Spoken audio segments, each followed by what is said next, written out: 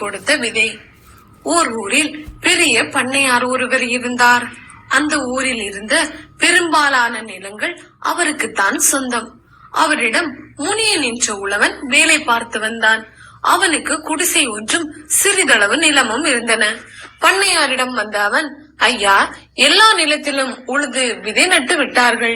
என் நிலம் மட்டும்தான் வெறுமனே உள்ளது. நீங்கள் சிறிது தானியம் தாருங்கள், என் நிலத்திலும் விதைத்து விடுகிறேன் என்றான். என் நிலத்திலேயே உழுது பயிரிடு, சொந்தமாக பயிரிட வேண்டாம். பண்ணையாராகும் ஆசையை விட்டுவிடு, கூலியாளாகவே இரு, அரை வயிற்று கஞ்சியாவது கிடைக்கும் என்று கோபத்துடன் சொன்னார் அவர். சோகத்துடன் வீடு திரும்பினான் அவன். தன் மனைவியிடம், நாம் வளம் பெறுவது பண்ணையாருக்கு பிடிக்கவில்லை, தானியம் தர மறுத்து விட்டார். நீயும் நம் குழந்தைகளும் எப்போதும் போல பட்டினி கிடக்க வேண்டியதுதான்.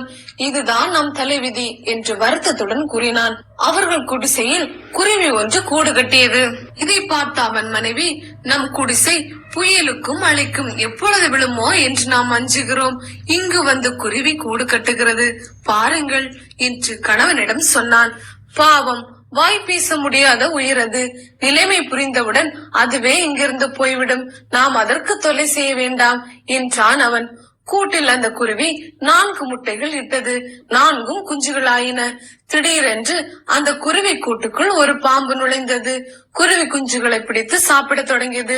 அவை அலறின. அங்கு வந்த உழவன் பாம்பை அடித்து கொன்றான். அதற்குள் அது 3 குஞ்சுகளை தின்றுவிட்டது. தரையில் விழுந்த ஒரு குஞ்சு மட்டும் உயிரோடு இருந்தது. அதை அன்போடு எடுத்தான் அவன். அதன் கால் உடைந்திருப்பதை கண்டு அதற்கு கட்டு போட்டான். அதை மீண்டும் கூட்டில் வைத்தான்.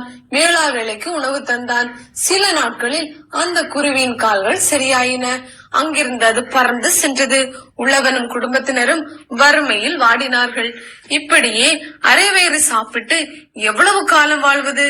நமக்கு விடுவே கிடையாதா என்றாள் மனைவி. அப்பொழுது அவர்கள் வீட்டு கதவை யாரோ தட்டு மோசி கேட்டது. கதவை திறந்தான் அவன். அவன் வளர்த்த குருவி வெளியே இருந்தது. அதன் வாயில் ஒரு விதை இருந்தது. அதை அவன் கையில் வைத்தது. இதை உன் வீட்டு தோட்டத்தில் நடு, சிறிது நேரத்தில் வருகிறேன் என்று சொல்லிவிட்டு பறந்தது அது. மீண்டும் வந்தது அது. இன்னொரு விதையை தந்தது. இதை உன் வீட்டின் முன்புறத்தில் நடு என்று சொல்லிவிட்டு பறந்தது. 3ஆம் முறையாக வந்த அது இன்னொரு விதையை தந்தது. இதை சன்னல் ஓரம் நடு, என் மீது காட்டிய அன்பிற்கு நன்றி என்று சொல்லிவிட்டு பறந்தது. குருவி சொன்னபடியே 3 விதைகளையும் நட்டான் அவன். மறுநாள் காலையில் அங்கே 3 பெரிய பூசணிக்காய்கள் காய்த்திருந்தன. இதை பார்த்து வியப்பு அடைந்தான் அவன். தோட்டத்தில் இருந்த பூசணிக்காயை வீட்டிற்குள் கொண்டு வந்தான். அதை 2 துண்டாக வெட்டினான். என்ன வியப்பு! அதனுள் இருந்து விதவிதமான உணவுப் பொருட்கள் வந்தன. சுவையான அவற்றை எல்லோரும் மகிழ்ச்சியாக உண்டனர். மீண்டும் அந்த பூசணிக்காயை ஒன்று சேர்த்தனர். பழையபடி அது 3 பூசணிக்காய் ஆனது. மகிழ்ச்சி அடைந்த அவன், இது மந்திர பூசணிக்காய், நமக்கு உணவு தேவைப்படும் போது பிளந்தால் உணவு கிடைக்கும். மீண்டும் சேர்த்து விட்டால் பழையபடி ஆகிவிடும். இனி நமக்கு உணவு பஞ்சமே இல்லை என்றான். வீட்டின் முன்புறத்தில் ஒரு பூசணிக்காய் உள்ளது, அதை கொண்டு வாருங்கள், அதற்குள் என்ன இருக்கிறது என்று பார்த்து விடலாம் என்றாள் மனைவி. அந்த பெரிய பூசணிக்காயை உருட்டி கொண்டு வந்தான் அவன். கத்தியால் அதை வெட்டினான். உள்ளிருந்து அழகான ஆடைகள், விலை உயர்ந்த மணிகள் கொட்டின. சன்னலோரம் இருந்த 3வது பூசணிக்காயும் கொண்டு வந்து வெட்டினான். அதற்குள் இருந்து பொற்காசுகள் கொட்டின. அதன் பிறகு அவனும் மனைவியும் குழந்தைகளும் நல்ல உணவு உண்டனர். விலை உயர்ந்த ஆடைகளை அணிந்தனர். மிகப்பெரிய வீடு ஒன்றை கட்டத் தொடங்கினார்கள். உழவன் சில நாட்களில் பெருஞ்செல்வனானதை அறிந்தார் பண்ணையார். அவனிடம் வந்த அவர், டேய் முனியா, உனக்கு எங்கிருந்து இவ்வளவு செல்வம் கிடைத்தது? உண்மையை சொல் என்று கேட்டார். அவனும் நடந்ததை எல்லாம் அப்படியே சொன்னான். தன் மாளிகைக்கு வந்தார் அவர். எப்படியாவது மேலும் செல்வம் சேர்க்க வேண்டும் என்று நினைத்தார். வீட்டில் மேல் பகுதியில் குருவிக்கூடு ஒன்றை அவரே செய்தார். அவரும் குருவிகள் அதில் தங்கும் என்று எதிர்பார்த்தார். அவர் எண்ணம் ஈடேறியது. ஒரு குருவி வந்து அந்த கூட்டில் தங்கியது. 4 முட்டைகள் இட்டது. 4 குஞ்சுகள் வெளியே வந்தன. பாம்பு வரவே இல்லை. பொறுமை இழந்த அவர் ஒரு பெரிய கம்புடன் குருவி கூட்டை நெருங்கினார். 3 குஞ்சுகளை அடித்துக் கொன்றார்.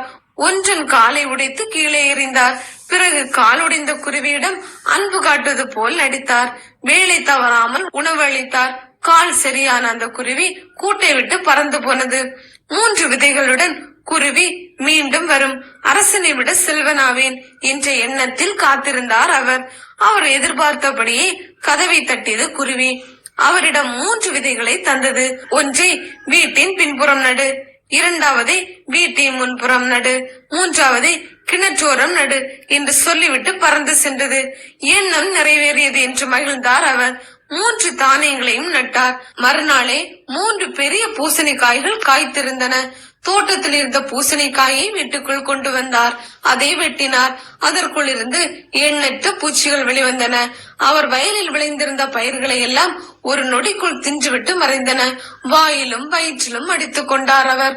முன்புறத்தில் இருந்த 2வது பூசணிக்காயை வெட்டினார். அதற்குள் இருந்து தீ வெளிப்பட்டது. அது அவரையும் அந்த மாளிகையையும் ஒரு நொடிக்குள் சாம்பலாக்கியது. கொடிய பண்ணையார் ஒளிந்தார் என்று ஊர் மக்கள் மகிழ்ந்தனர். 3வது பூசணிக்காயை உடைக்க யாருமே முன்வரவில்லை. அதற்குள் பாம்பு, தேள், பூரான் போன்ற எண்ணற்றவை இருப்பதாக பேசிக் கொண்டார்கள்.